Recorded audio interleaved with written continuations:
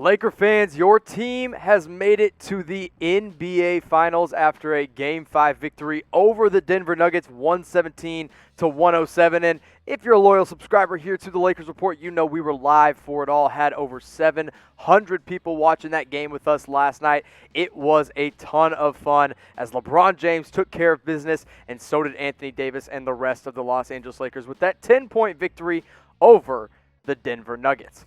I'm your host, Jimmy Crowther, and today I'm going to be breaking down that Game 5 victory, what looked good, what looked bad, what still needs to be tuned up before the NBA Finals, and we're also going to take a look ahead to the Boston Celtics and Miami Heat matchup. But let's start with the positives and with all the great things that happened in that Game 5 victory. And number one, LeBron James, the 35-year-old top 2 MVP candidate, dominated not just the fourth quarter, but mainly the fourth quarter of that game, and then really the whole rest of the game as well. Another thing that really impressed me about LeBron's play in that one is the way he played defense on Jamal Murray. We saw him do it in Game 4 when he really tried to lock up Jamal Murray there at the end, but then he did it again in Game 5 and took him on the entire game and did a great job. And really, honestly, nobody could stop LeBron at the rim. I mean, whenever he got there, he finished whatever he wanted to do. And in that game, just to show you how impressive it was, the numbers speak for themselves. He played 40 minutes, which means he only sat out 8 minutes in that game. He scored 38 points, pulled down 16 rebounds, and dished out 10 assists. He has the second most playoff triple-doubles of all time behind just one man, another Los Angeles Laker, Magic Johnson. The man is special, and I cannot wait to watch what he does in the NBA Finals. Now, an interesting stat here from Jeff Zilgett says James is 16-1 in closeout games since 2015. In those 16 victories, he averages 29.1 points per game, 10 rebounds, and 8 assists while shooting 51.9% from the field and 35% on three-pointers. And that just speaks to really the greatness that we're getting to witness that is LeBron James. And as a NBA fan, you just got to sit back and appreciate the greatness. And if you're a Lakers fan getting to watch LeBron, you get to watch him do this for your very own team. And now the debate really is, and always has been, is LeBron James the greatest of all time? I want you guys to make your voices heard in the comment section below. You can type Y for yes, or you can type N for no. And if you do type that N for no, let me ask you this question. If LeBron can win this year's finals, if he can carry the Lakers to an NBA championship this season, will that change your mind? Will that make him the greatest of all time? Or is it Michael Jordan? Or is it somebody else? Let me know in the comment section below. Now, if you've already subscribed to the Lakers channel, you guys know that we are doing the best playoff coverage on the internet today, but we got something even more exciting coming up with the NBA Finals. Last year, we were number 1 on the internet. We plan to do it again this year for this year's Finals coverage now that the Lakers are in there. So you're not going to want to miss a single thing. You're going to want to make sure you subscribe to youtube.com/LakersTV. We're growing like crazy, and it's all because of our awesome subscribers. Now let's talk more about Game 5 and on the Lakers side of the ball, exactly where things went right or things went a little bit wrong, even though they still got the victory. Anthony Davis was your second leading scorer with 27 points, but he only had 5 rebounds. And we're going to talk a little bit more about that here in just a second. Alex Caruso, 11 points, 4 assists. He was a huge difference maker off the bench, and really that's been something the Lakers have been looking for, is someone that can come off the bench and provide a spark, because it hasn't been Kyle Kuzma, but last night it was Alex Caruso. Now, Rajon Rondo and Dwight Howard also had amazing games, but I kind of want to turn my attention to the 2 main players throughout the conference finals and what they were able to do. LeBron was averaging 24 points per game, 9 rebounds, and 9 assists. Obviously, all those averages went way up after that Game 5 victory. He didn't shoot the ball from 3 particularly well, but he still got the job done. And from the field, he was super efficient, 51.4%. Now, Anthony Davis, on the other hand, dominated offensively, absolutely could not be stopped by Mason Plumlee or Nikola Jokic, and he put up 31.2 points per game throughout the playoffs, in the Western Conference Finals, 2.6 assists, 33% from 3, 54% from the field, but where I want to focus here is that rebounding number. 6.2 is not enough for a guy that should be averaging a double-double against a team like the Denver Nuggets. He's going to need to step that up in the NBA Finals. Now, offensively, when you look at the points per game, Anthony Davis had more points at 30 points per game in that conference finals. LeBron was still basically averaging a triple-double. So a lot of people are asking this question, and I know a lot of people were asking me in the live chat of that game, who do you think is the Lakers' best player right now? Is it L for LeBron James, A for Anthony Davis? You guys let me know. During the regular season, kind of went back and forth. Obviously, LeBron finished as a top 2 MVP candidate, and there's a reason for that. Now in the playoffs, first round probably would have said Anthony Davis. Second round probably would have had a mix of the two. Conference finals, though, I'm giving the edge to LeBron James. And when the NBA finals come around, I fully expect LeBron James to be that best player for the Los Angeles Lakers.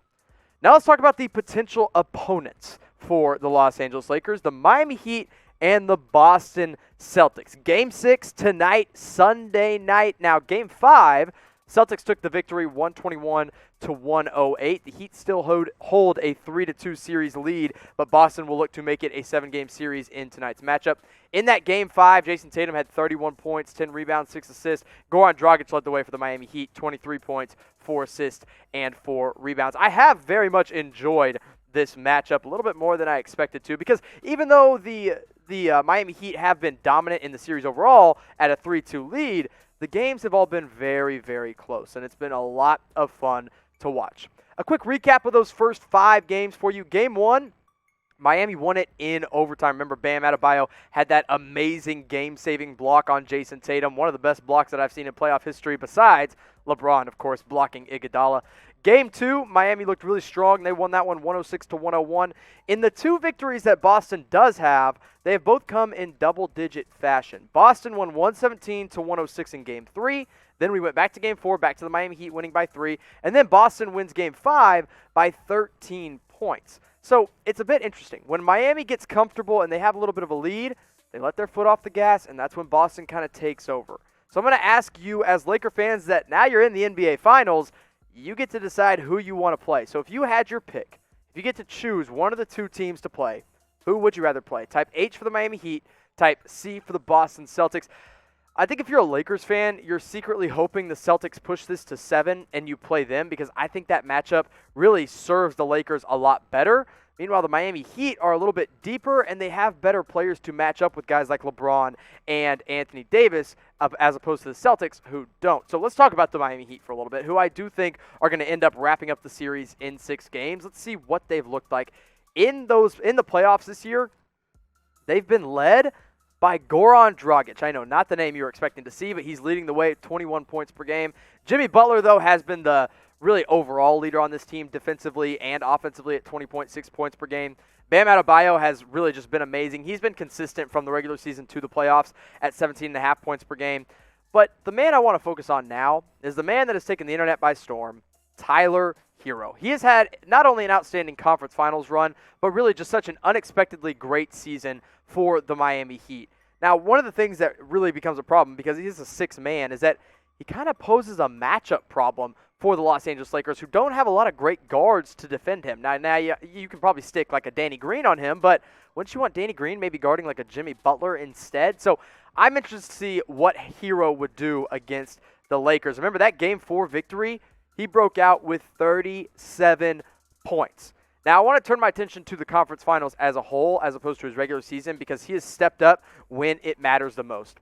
In the regular season, yes, we all know he's a walking bucket. 13.5 points per game doesn't really scream walking bucket, though, as opposed to his 19.2 points per game in the conference finals. He's also pulling down 2 more rebounds. He's dishing out 2 more assists per game. The three-point percentage has taken a dip, but that is simply because he has a larger responsibility on his shoulders. And then the three-pointers per game has stayed consistent at 2.8 per game in the conference finals. Now, Laker fans, before I talk about the Celtics a little bit more, I want to remind you about this great deal going on at Fanatics. When you go to chatsports.com/LakersMask, you can get their brand new styles of Los Angeles Lakers face masks for just $14.99. You can get 1 or packs of 2, packs of 3, packs of 4. So no matter how many Laker fans you have in your life, you can give them all the masks they need with this great deal at Fanatics. Again, that's chatsports.com/LakersMask. If you haven't gotten yours already, we'll put the link down in the comment section. We'll put the link down in the description. All you got to do, scroll down and get yours today. Now let's turn our attention to the Boston Celtics, the team playing against the Miami Heat right now, and what they've done in the playoffs and in the conference finals. In the playoffs, they've been led by Jayson Tatum, who has been terrific at 26 points per game. And the second part of that duo, Jaylen Brown, has been really strong as well at 21.5 points per game. Kemba Walker's been a bit disappointing in the playoffs. He's had a couple games where he's only scored in single digits, but he's still putting up 19.6 points per game. Probably the heart and soul of this team, Marcus Smart, has been outstanding on the defensive end and scoring the ball pretty well at 14 points per game. And now they have Gordon Hayward back, who hasn't been great, but when playing, he's still scoring double digits. But that's the thing about this Celtics team.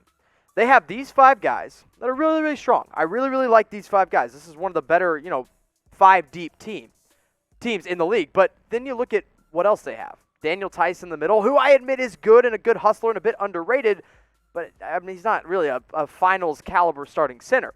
Grant Williams is playing consistent minutes, a rookie who's been really strong for them, but still he's a rookie. Enes Kanter is a guy off the bench that plays big minutes. And then after that, you have Brad Wanamaker and Robert Williams, who are up and down off the bench. Now, other guys like Semi Ojeleye, Carson Edwards, Javonte Green, those guys don't play for the Celtics team because they're just not that deep. They kind of just go with the 5 or 6 guys that they have and stick with it. So I'm interested to see what happens against this Boston team. Now, I got one more thing I want to talk about, and that's who needs to step up in the NBA Finals. And before I give you my name, I want you to give me a name of your own down in the comment section. Maybe you're going with a Danny Green or KCP or maybe a Kyle Kuzma. All of those are very valid answers because none of those guys have been very good in the NBA playoffs. But I'm going to throw you a surprise name here. And I'm not hating on him, but I do think he needs to step up in an area, and that's Anthony Davis. And here's the deal. Points per game wise and scoring wise, absolutely zero problems. He has looked like the top 5 player, top 10 player that he is. But when it comes to rebounding in the finals right now and in the playoffs, it has not been good. He needs to be better in the finals no matter who he plays. Now, let's say he plays Boston. Well, their big men are Enes Kanter and Daniel Tice. He'll be able to beat up on them. Let's say it's the Miami Heat.